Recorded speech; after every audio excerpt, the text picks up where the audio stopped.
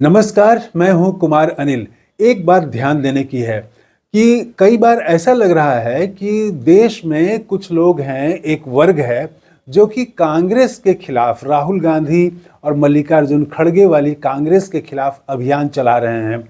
और लगता है कि सिंपल ये पॉलिटिकल मसला है, लेकिन उसके भीतर अगर जाएंगे तो हर सूचना के जरिए एक संदेश दिया जा रहा है और वो संदेश हमारे राष्ट्रीय प्रतीकों के खिलाफ है। स्वतंत्रता आंदोलन की जो परंपरा रही है, जो विरासत रही है, उसके खिलाफ है। स्वतंत्रता आंदोलन के जो मूल में था, समानता, आजादी, बराबरी, न्याय, इन चीजों के खिलाफ है। कैसे? थोड़ी देर पहले मेरे एक मित्र से मेरी बात हो रही थी, वो भारतीय जनता पार्टी के समर्थक हैं। उन्होंने मुझसे पूछा कि भारतीय करेंसी जो है, नोट, इस पर तो पहले सम्राट अशोक का वो सिंह वाला जिसमें चेहरा है, वो नोट पर रहता था, ये गांधी का कब से आया? तो मैंने कहा कि मुझे जानकारी नहीं है इस तरह से। तो उन्होंने थोड़ी देर बाद मुझे व्हाट्सएप किया कि ये 1996 से जो सम्राट अशोक का जो चिन्ह था, सिंह वाला, जिसमें सिंह के 4 सिंह के चेहरे हैं, वो पहले चिन्ह होता था और वो हटा करके 1996 से कांग्रेस ने ये शुरू किया। ऊपर एक लाइन में इतनी ही सूचना है, लेकिन उसके नीचे वाली लाइन में खास बात है कि कांग्रेस ने मुगलों से भी ज्यादा भारत के इतिहास को नुकसान पहुंचाया है।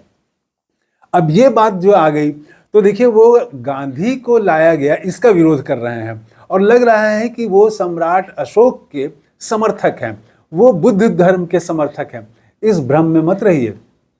अभी ऐसा हो गया है कि गांधी को अपमानित करने के लिए, गांधी को नीचा दिखाने के लिए वो बौद्ध धर्म के प्रतीक को सामने ले आ रहे हैं। और अगर आप बौद्ध धर्म पर बात करेंगे, उनसे अगर ये पूछा जाए कि क्या आप बौद्ध धर्म को मानते हैं, तो बुद्ध तो गांधी से भी ज्यादा क्रांतिकारी थे। वो तो न सिर्फ जातिवाद और न सिर्फ जो जो 4 वर्णों की व्यवस्था है, इसका उन्होंने विरोध किया, बल्कि उनके यहाँ तो, बुद्ध के यहाँ, न स्वर्ग है न नर्क है। उन्होंने ये तक नहीं माना कि किसी एक ईश्वर ने इस संसार की, इस सृष्टि की रचना की है, ये भी वो नहीं मानते हैं। तो क्या वो बुद्ध के समर्थक है? नहीं, वो बुद्ध के बिल्कुल समर्थक नहीं है। वो मनुस्मृति के समर्थक लोग जब गांधी को नीचा दिखाना होगा तो बुद्ध को खड़ा करेंगे, जब नेहरू को नीचा दिखाना होगा तो पटेल को खड़ा करेंगे। दरअसल में वो पटेल के भी समर्थक नहीं हैं। वो भ्रम में डाल देते हैं, लगता है कि वो पटेल के समर्थक हैं, लेकिन न वो पटेल के समर्थक हैं, नेहरू के तो विरोधी हैं ही। पटेल तो आरएसएस के पर प्रतिबंध लगाने की बात करने वाले में से थे। और पटेल जो है वो ऐसा नहीं कि वो भारतीय जनता पार्टी के विचारों से सहमत हैं। आज जो आरएसएस की जो विचारधारा है एक हिंदू राष्ट्र बनाने की, वो हिंदू राष्ट्र के समर्थक नहीं थे। उसी तरह से आज अंबेडकर के पक्ष में इतने लोग खड़े हो गए हैं और अंबेडकर को ऊंचा दिखाने के लिए, और नेहरू के खिलाफ, कि नेहरू ने अंबेडकर के खिलाफ कुचक्र किया, जैसे लग रहा है कि वो अंबेडकर के समर्थक हैं। भाई अंबेडकर भी अंत में उन्होंने भी बुद्ध के धर्म को स्वीकार किया था। अंबेडकर तो और जो है मनुस्मृति के सर्वथा खिलाफ हैं। और मैं तो चकित रह गया, अभी अंबेडकर को मैं पढ़ रहा था, उनके वाङ्मय का जो पहला खंड है, उसकी शुरुआत ही होती है जाति प्रथा, इससे शुरुआत ही होती है। उन्होंने एक लॉजिक दिया है, और वो लॉजिक जो है, जो मनुस्मृति को मानने वाले लोग हैं और जो आमतौर से सभी लोग, मैं भी यही समझता था कि जातिवाद का जन्म कैसे हुआ भारत में, तो आमतौर से यही माना जाता है। जो अंग्रेजी इतिहासकारों ने, अंग्रेजी विद्वानों के बाद ये फैला कि जाति जो है भारत में बनी श्रम विभाजन के कारण। तो अंबेडकर जो है वो एक अंतर्राष्ट्रीय सेमिनार में वो अपना पेपर जो प्रस्तुत कर रहे हैं, उसमें उन्होंने ये सवाल उठाया कि भाई श्रम विभाजन तो पूरी दुनिया में था, पूरी दुनिया में श्रम विभाजन था। लोहा का काम करने वाले अलग थे, लकड़ी का काम करने वाले अलग थे, चमड़े का काम करने वाले अलग थे, पूरी दुनिया में। लेकिन ये जातिवाद ये भारत में ही क्यों हुआ? इंग्लैंड में, ब्रिटेन में, फ्रांस में, अमेरिका में तो जातिवाद नहीं हुआ जैसा जातिवाद भारत में है। और ये जातिवाद श्रम विभाजित नहीं है, ये उन्होंने साबित किया। तो जो लोग आज अंबेडकर को सही लग रहा है कि वो अंबेडकर का बहुत सम्मान करते हैं और इसके लिए वो नेहरू को दोषी ठहरा रहे हैं कि नेहरू ने अपमानित किया और दूसरे लोग कांग्रेस के नेताओं ने अपमानित किया। तो कंफ्यूजन लोगों को हो जा रहा है कि लगता है कि भारतीय जनता पार्टी जो है वो आम्बेडकर की समर्थक है। लेकिन उनसे अगर सिर्फ इतना पूछ दिया जाए कि भाई आम्बेडकर ने तो ये कहा था कि हिंदू राष्ट्र धर्म के आधार पर राष्ट्र नहीं बनना चाहिए, तो क्या आप मानते हैं कि हिंदू राष्ट्र का नारा जो है ये गलत है, जो आरएसएस की विचारधारा है या जो भाजपा के लोग भी अपनी बातचीत में कहते हैं कि हिंदू राष्ट्र बनना चाहिए, तो क्या है वो हिंदू राष्ट्र को तो आम्बेडकर नहीं मानते थे? तो क्या आप जब आम्बेडकर का समर्थन कर रहे हैं तो आप भी हिंदू राष्ट्र के विरोधी हैं? तो वो वहाँ गड़बड़ हो जाएंगे। इसी तरह से मनुस्मृति को तो सर्वथा खिलाफ थे आम्बेडकर, तो मनुस्मृति का क्या आप विरोध करते हैं ये पूछिए। तो जो लोग भी आम्बेडकर का आज नाम लेके कह रहे हैं कि हम आम्बेडकर के साथ हैं और आम्बेडकर का असल में अपमान तो नेहरू ने किया था, तो ऐसे लोग कुछ दिनों के बाद ये भी कहेंगे कि आम्बेडकर का अपमान असल में गांधी ने किया था। तो उनसे यही पूछने की बात है, इतना ही सिर्फ पूछ लेने से साफ हो जाएगा कि क्या आप आम्बेडकर के समर्थक हैं तो क्या आप मनुस्मृति के विरोधी हैं, क्या आप बुद्ध धर्म के समर्थक हैं? इतने में बात खत्म हो जाएगी। तो अभी एक ऐसा हो गया है कि हर जो प्रतीक है स्वतंत्रता आंदोलन का, नेहरू से शुरू हुआ, गांधी के खिलाफ, अभी मैं सोशल मीडिया में देख रहा था कि कुछ लोग उसको कह रहे हैं गांधी जी को कि गांधी तो पाकिस्तान के राष्ट्रपिता थे। तो गांधी के खिलाफ जो है लगातार वो एक भ्रम और गलत चीजें फैलाई जा रही हैं, जैसे नेहरू के खिलाफ, और आम्बेडकर के पक्ष में लोग खड़े हो गए हैं। लेकिन कुछ दिनों के बाद फिर आप देखिएगा कि आम्बेडकर और गांधी में भी दिखाया जाएगा कि ये भी दोनों एक दूसरे से दुश्मन थे।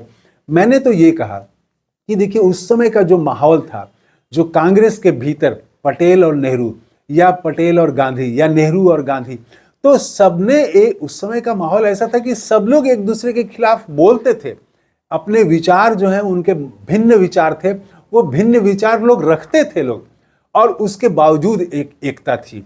बड़े मुद्दे पर, देश की स्वतंत्रता के सवाल पर सारे लोग एकजुट थे। लेकिन कई मामलों में सबका मत विरोध था, यहाँ तक कि भारतीय जनता पार्टी भी, जो अटल बिहारी वाजपेयी की पार्टी थी, जब वो थे तो उस समय ऐसे बड़े बड़े नेता थे भाजपा में जो अटल बिहारी वाजपेयी से भी अपनी मत भिन्नता रखते थे और वो जाहिर करते थे। तो इसमें कोई गलती नहीं है कि फर्क था गांधी में, आम्बेडकर में, गांधी और नेहरू में, गांधी और पटेल में, या नेहरू और पटेल में, सुभाष चंद्र बोस और नेहरू में, सुभाष चंद्र बोस और गांधी में, ये सब में फर्क मिल जाएगा। लेकिन भगत सिंह में और गांधी में, भगत सिंह में और कांग्रेस में तो ये फर्क तो था, लेकिन सभी लोग स्वतंत्रता के लिए लड़ रहे थे। आदमी भारत जो है वो आज़ाद हो, भारत बेहतर हो, इसके लिए और प्रगतिशील थे। कोई मनुस्मृति की तरफ लौटने की बात नहीं कर रहा था, कोई जातिवाद को स्थापित करने की बात नहीं कर रहा था, कोई पुरानी हमारी स्वर्णिम हमारा इतिहास है उसको फिर से लागू करने की कोई बात नहीं कर रहा था। सब आधुनिक, अपने अपने ढंग से आधुनिक और भारतीय समाज को आगे ले जाने की बात कर रहे थे। और जो लोग भारतीय समाज को पीछे ले जाना चाहते थे वो लोग भी आज आम्बेडकर के समर्थक हो गए हैं। तो मैं तो कहूँगा कि कांग्रेस ने जो रैली की घोषणा की है, जय बापू, जय भीम, जय संविधान रैली, अभी 26-27 दिसंबर को कांग्रेस जो है वो बेलगावी में, जो उस समय बेलगामी कहा जाता था, तो बेलगामी में ही पहली बार महात्मा गांधी वो कांग्रेस के अध्यक्ष बने थे और वहाँ से उन्होंने कुछ ऐतिहासिक घोषणाएं की थी। वो ऐतिहासिक घोषणाओं में था कि देश बहुत जल्द आज़ाद होगा। एक तो उन्होंने ये कहा था हमें स्वतंत्रता लेनी है, स्वतंत्र होगा देश, ये भरोसा दिया था।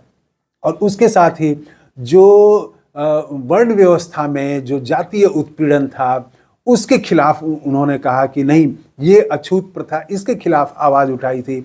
बराबरी, स्वतंत्रता की बात की थी। तो उसके 100 साल पूरे होने के अवसर पर अभी 26 और 27 दिसंबर को कांग्रेस वहाँ पर वो विशेष कार्यक्रम करने जा रही है और कांग्रेस कार्य समिति की वहाँ विशेष बैठक होगी 26 तारीख को, और 27 तारीख को वहाँ पर वही जय गांधी, जय भीम, जय संविधान रैली होगी। तो मैं समझता हूँ कि देश में ये पहली रैली हो रही है जिसमें जय बापू जय अंबेडकर का नारा लगेगा। तो जब ऐसे लोग, स्वार्थ में वाले लोग, जो कि राष्ट्रीय प्रतीकों को एक दूसरे से लड़ते हुए दिखाना चाहते हैं और एक को नीचा दिखाना हो तो दूसरे के पक्ष में खड़े दिखते हैं, जबकि आप इसी देश में अंबेडकर की कितनी मूर्तियां तोड़ी गई हैं, उतनी तो गांधी की भी नहीं तोड़ी गई, उतनी तो नेहरू की भी नहीं तोड़ी गई जितनी मूर्तियां अंबेडकर की तोड़ी गई। तो आज अंबेडकर अंबेडकर हो रहा है, कल देखिएगा कि इसी अंबेडकर के खिलाफ फिर कुछ होगा कि इन्होंने मनुस्मृति का विरोध किया था, इन्होंने ये विरोध किया था, वो विरोध किया था, ऐसी बातें आनी शुरू हो जाएंगी। तो अंबेडकर को मानने का मतलब है कि आप जातिवाद के खिलाफ खड़े होइए। तो क्या वो जातिवाद के खिलाफ खड़े होंगे? क्या वो अंतरजातीय विवाह का समर्थन करेंगे? ऐसे ढेर सारे सवाल खड़े हो जाते हैं। तो मैं तो कहूँगा कि जब राष्ट्रीय प्रतीकों को, विरासत को तोड़ने की कोशिश हो रही है, उसको छोटा दिखाने की कोशिश हो रही है, तब कांग्रेस ने ये जो फैसला लिया है कि गांधी और अंबेडकर दोनों को एक साथ वो लाने, दोनों की जय करते हुए वो कार्यक्रम कर रहे हैं, रैली कर रहे हैं।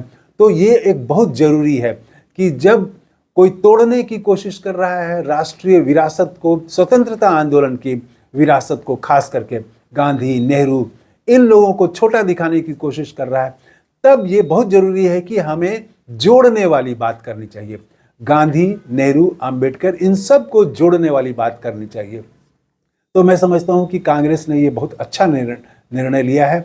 अब 2 दिन के बाद ही कार्यक्रम है, देखें कि कार्यक्रम कितना सफल होता है, कैसे होता है। और कांग्रेस ने ये भी कहा है कि उस दिन जैसे गांधी ने वहाँ पर 2 बड़ी बातें की थी, 2 बड़े प्रस्ताव पारित हुए थे, स्वतंत्रता के लिए और दूसरा अछूतों पर जो अत्याचार है उसके खिलाफ।